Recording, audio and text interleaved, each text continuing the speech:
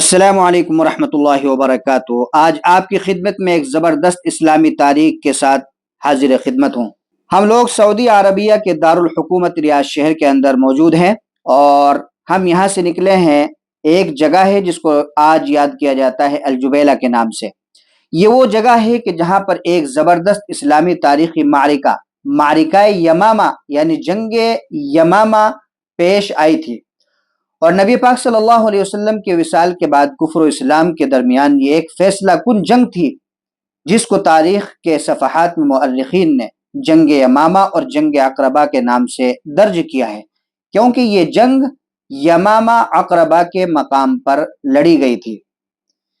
لیکن آج اس جگہ کو جو جانا جاتا ہے وہ الجبیلہ کے نام سے جانا جاتا ہے، اور یہ سعودی ریاض شہر سے تقریباً 40 سے 50 کلومیٹر کی دوری پر واقع ہے۔ سب سے پہلے ہم دعا پڑھ لیتے ہیں۔ السلام علیکم اہل الدیار من المؤمنین والمسلمین ویرحم اللہ المستقدمین منکم والمستاخرین وإنا انشاء اللہ بکم للاحقون۔ میں آپ کو یہ تاریخی اور اسلامی جو جنگ ہے جو کہ مسیلمہ کذاب کے خلاف لڑی گئی تھی، اس کا پورا پس منظر اور اس کے تاریخی حقائق پر آپ کو آگاہ کروں گا اور اس پر روشنی ڈالنے کی کوشش کروں گا۔ تو آپ دیکھیے کہ سن 11 ہجری میں جب رسول اللہ صلی اللہ علیہ وسلم دنیا سے پردہ فرما گئے، تو وہ مسیلمہ کذاب جس نے حضور کے مرض الوفات میں ہی نبوت کا دعویٰ کر دیا تھا اور اس کے متعلق حضور کی خدمت میں خط بھی بھیجا تھا، خط کا مضمون یہ تھا: مسیلمہ رسول اللہ کی طرف سے محمد رسول اللہ کے نام، سلام علیک، میں نبوت میں آپ کا شریک کر دیا گیا ہوں، لہٰذا آدھی دنیا آپ کی ہے اور آدھی میری، لیکن مجھے آپ سے انصاف کی امید نہیں ہے۔ حضور صلی اللہ علیہ وسلم نے اس کے خط کا یہ جواب دیا: محمد رسول اللہ کی طرف سے مسیلمہ کذاب کے نام، سلام علی من اتبع الہدی، اما بعد فإن الارض للہ یورثها من یشاء من عباده والعاقبۃ للمتقین۔ الغرض، حضور صلی اللہ علیہ وسلم کی وفات کے بعد خلیفہ اول حضرت ابو بکر صدیق نے عکرمہ بن ابی جہل کی قیادت میں ایک لشکر مسیلمہ کذاب کے مقابلے کے لیے روانہ کیا، مگر مسلمانوں کے اس لشکر کو شکست ہو گئی۔ پھر حضرت ابو بکر رضی اللہ تعالی عنہ نے حضرت خالد بن ولید رضی اللہ تعالی عنہ کی قیادت میں مسیلمہ کذاب کے مقابلے کے لیے دوسرا زبردست لشکر اور فوج بھیجی تاکہ وہ اس کو شکست دے سکے۔ مسیلمہ کذاب کے ساتھ عرب کے سخت ترین جنگجو قبائل تھے، اور ان کی تعداد 40,000 کے لشکر پر مشتمل تھی، جن میں بہت سے قبائلی حمیت کی بنیاد پر ساتھ دے رہے تھے۔ چنانچہ گھمسان اور شدید جنگ کے بعد مسلمانوں کو فتح نصیب ہوئی، اور کبار صحابہ بلکہ ان میں 70 حفاظ کرام صحابہ شہید ہوئے۔ اس معرکے میں مسیلمہ کذاب کی فوج کے 21,000 لوگوں کو قتل کیا گیا۔ مسلمانوں کی تعداد کتنی شہید ہوئی اس بارے میں الگ الگ اقوال ہیں۔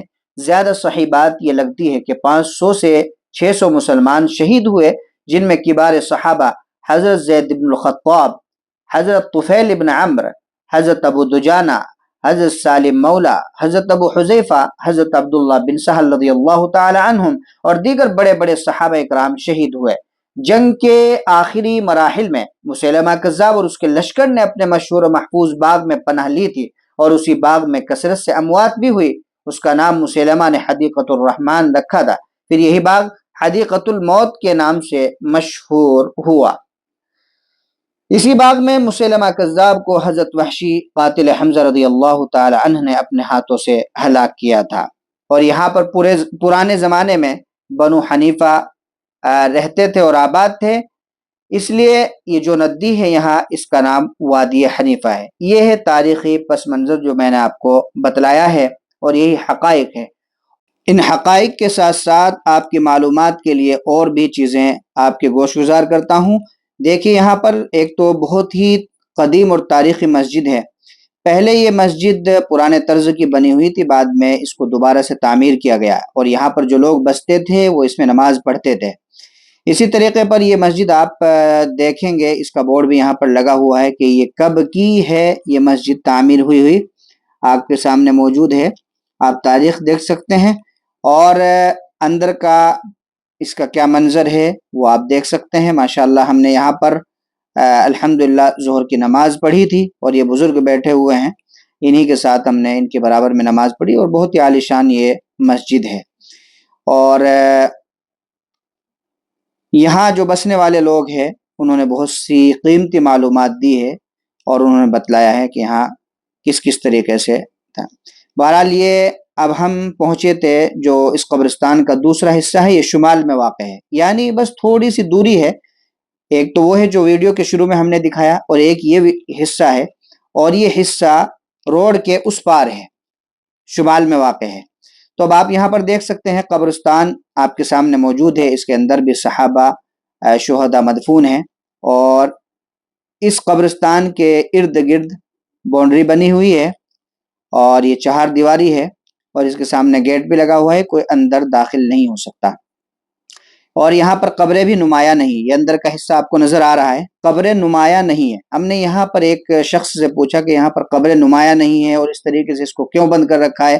انہوں نے بتلایا کہ ہاں صحیح بات ہے، آپ کی یہ سوال برحق ہے، اور یہ اس لیے کیونکہ لوگ یہاں پر آتے تھے اور شرک کرتے تھے، اور وہ جو تمام خرافات ہوتی ہیں وہ یہاں پر آ کے کرنے لگے تھے، اس لیے حکومت نے پھر اس کی 4 دیواری کرائی، اور یہاں پر دروازہ لگا دیا اور لوک کر دیا اس کو۔ اس کے بعد آپ یہ دیکھ سکتے ہیں کہ قبرستان سے باہر لوگوں کے مکانات ہیں اور مجمعات ہیں، اسی طریقے سے دکانیں ہیں، ہر طرح کی دکان یہاں پر موجود ہے، اور ہوٹل سے ہیں۔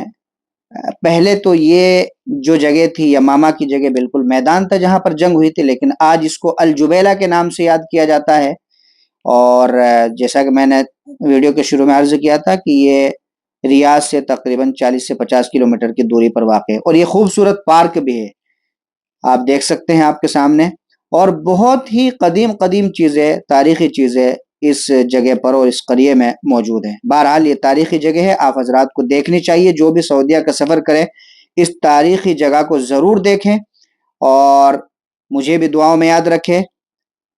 اللہ آپ کو جزائے خیر عطا فرمائے، ضرور یہ ویڈیو دیکھیں، اور یہ ریاض کا راستہ ہے، پھر ہم یہاں سے واپس ہوئے۔ مع السلامہ، فی امان اللہ۔